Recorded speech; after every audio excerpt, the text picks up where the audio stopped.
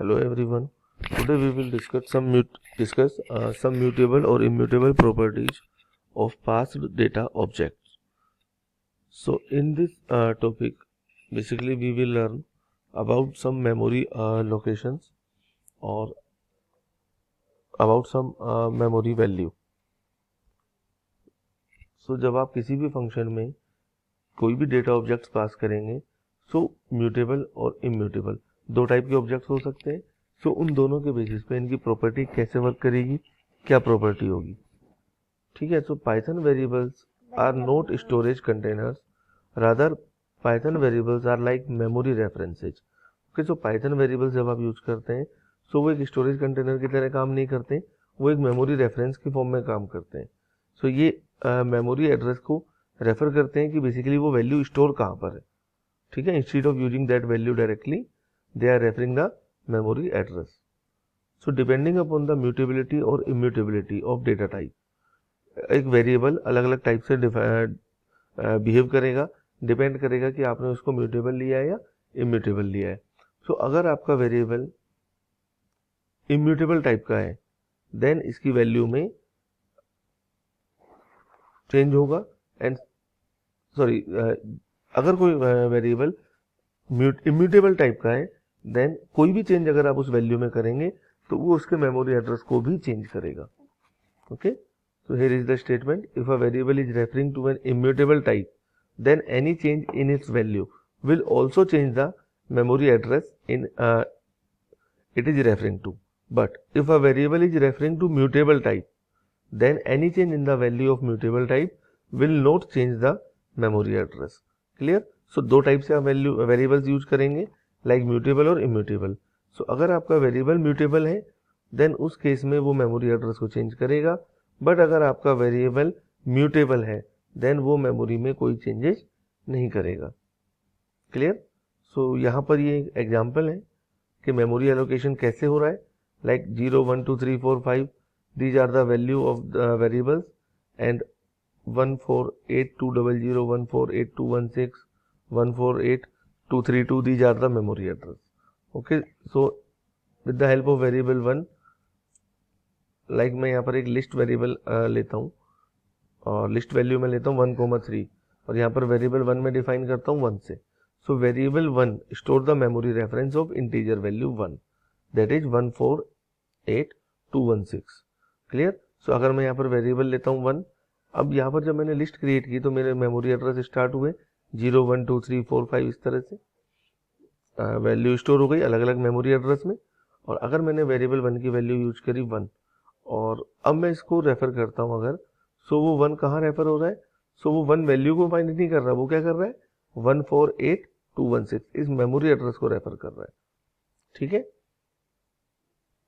So in case अगर मैं कुछ चेंजेस करता हूँ, लाइक मैंने यहाँ पर लिख दिया variable 1 is equal two variable 1 minus 1, means variable में से मैंने -1 किया. So the now variable 1 hold the value of 0. Clear? क्योंकि वेरिएबल 1 की वैल्यू क्या थी 1 और अभी मैंने उसमें से -1 किया तो वो क्या हो गया 0. सो यहाँ पर जो आपका एड्रेस होगा, अब वो क्या रेफर करेगा एड्रेस 148,200 इंस्टेड ऑफ 148,216.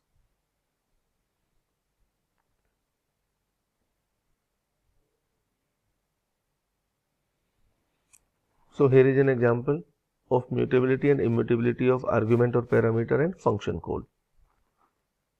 ठीक है. तो अभी मैं एक एग्जांपल ले रहा हूँ जहां पर मैं किसी भी फंक्शन कॉल के लिए एक इम्यूटेबल टाइप की वैल्यू पास करूंगा. सो लाइक मैंने एक फंक्शन बनाया फंक्शन 1 और कुछ स्टेटमेंट्स मैंने प्रिंट किए इनसाइड माय फंक्शन और वैल्यू रिसीव्ड इन एज. उसके बाद a is equal to a+2. ठीक है. यहाँ पर एक एक्सप्रेशन मैंने यूज किया, देन उसके बाद कुछ स्टेटमेंट्स मैंने प्रिंट किए. अब मेन प्रोग्राम में मैं यहाँ वेरिएबल नम वेरिएबल की वैल्यू इनिशियलाइज कर रहा हूँ 3. सो बेसिकली मेरा प्रोग्राम मेन से स्टार्ट होगा कंपाइल होना. So num is equal to 3, then print calling my function by passing num with the value num. ठीक है. तो सबसे पहले नम वेरिएबल में वैल्यू सेट हो गई 3. देन फर्स्ट स्टेटमेंट प्रिंट होगा कि calling my function 1 by passing number with value 3. Then next statement मैंने माय फंक्शन 1 को कॉल किया with the value of num. So num की वैल्यू क्या है 3. तो जब ये लाइन स्टेटमेंट एग्जीक्यूट होगा देन कंपाइलर इस फंक्शन डेफिनेशन पे मूव करेगा और जो 3 वैल्यू है वो ए वेरिएबल में स्टोर होगी। क्लियर। अब यहाँ पर ये स्टेटमेंट प्रिंट हो रहा है inside my function 1 then value received in a as A means 3। ठीक है। After that a is equal to a plus 2। So यहाँ पर अब पॉइंट ये नोट करना, a is equal to a plus 2। So यहाँ पर अब क्या रेफरेंस मिल रहा है इसको, ए क्या है, एक वेरिएबल 3। ठीक है। तो यहाँ पर आपका आंसर 3 प्लस 2 5 नहीं होगा, यहाँ पर आपका आंसर हो जाएगा 8। जो आप यहाँ पर आउटपुट देख रहे हो 8।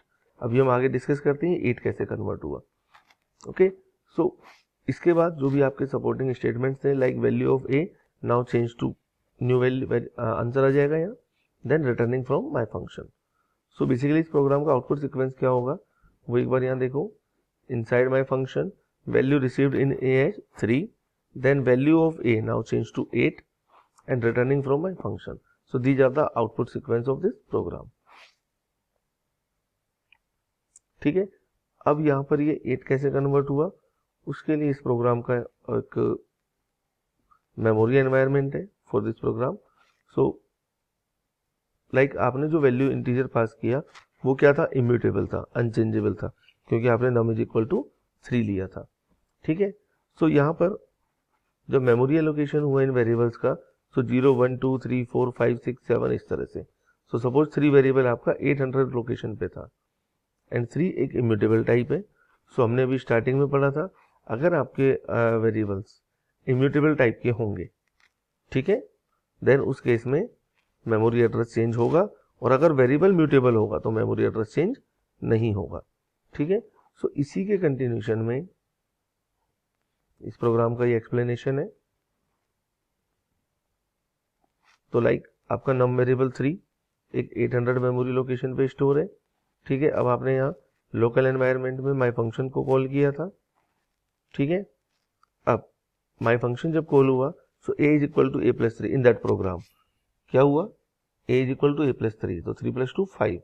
सो 5 के लिए यहाँ पर a is equal to a plus 2, तो 3 प्लस 2 5 आना चाहिए, बट यहां पर वो चेंज क्या हुआ,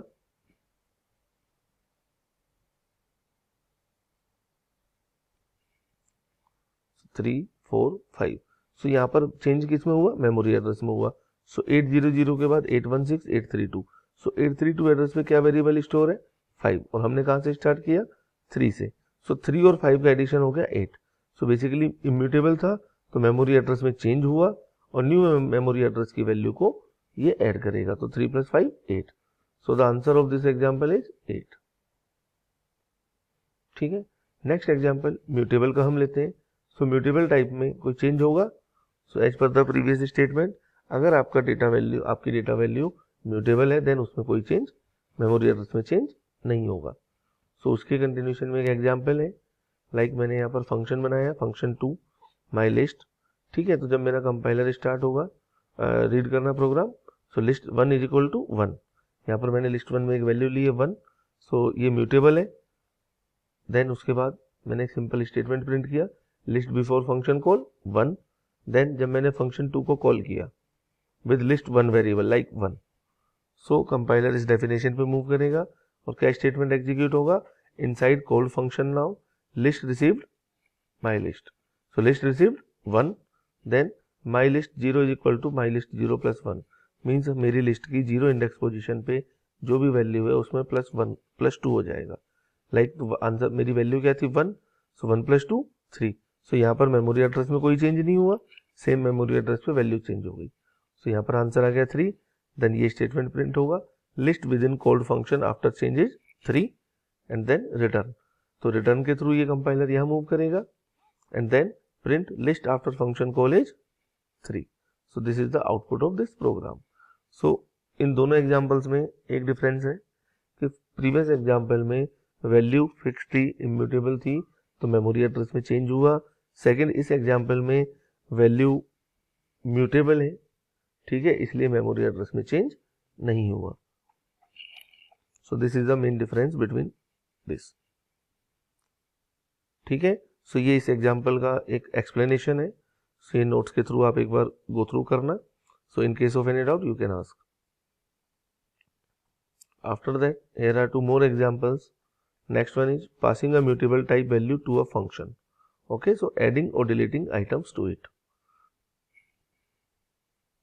तो यहाँ पर हमने लिस्ट के कंटिन्यूशन में कुछ फंक्शंस भी यूज किए, लाइक मुझे लिस्ट में वैल्यू ऐड करनी है या मुझे उस लिस्ट को एक्सटेंड करना है, लिस्ट एलिमेंट को रिमूव करना है. So we can do all these things with the help of function. Okay, then in the next example, passing a mutable type value to a function. So basically assigning parameter to a new value or new variable. So इन दो examples को आप लोग self एक बार run करेंगे. ठीक है, sample code number 2.2 and then sample code number 2.3. Clear. और इससे पहले जो मैंने अभी आपको दो एग्जाम्पल्स बताए हैं, उन दोनों एग्जाम्पल्स की वर्किंग को एक बार आप एक्सप्लेनेशन पार्ट के थ्रू कवर करेंगे. क्लियर. सो टोटल आपके पास नंबर ऑफ प्रोग्राम्स 4 है.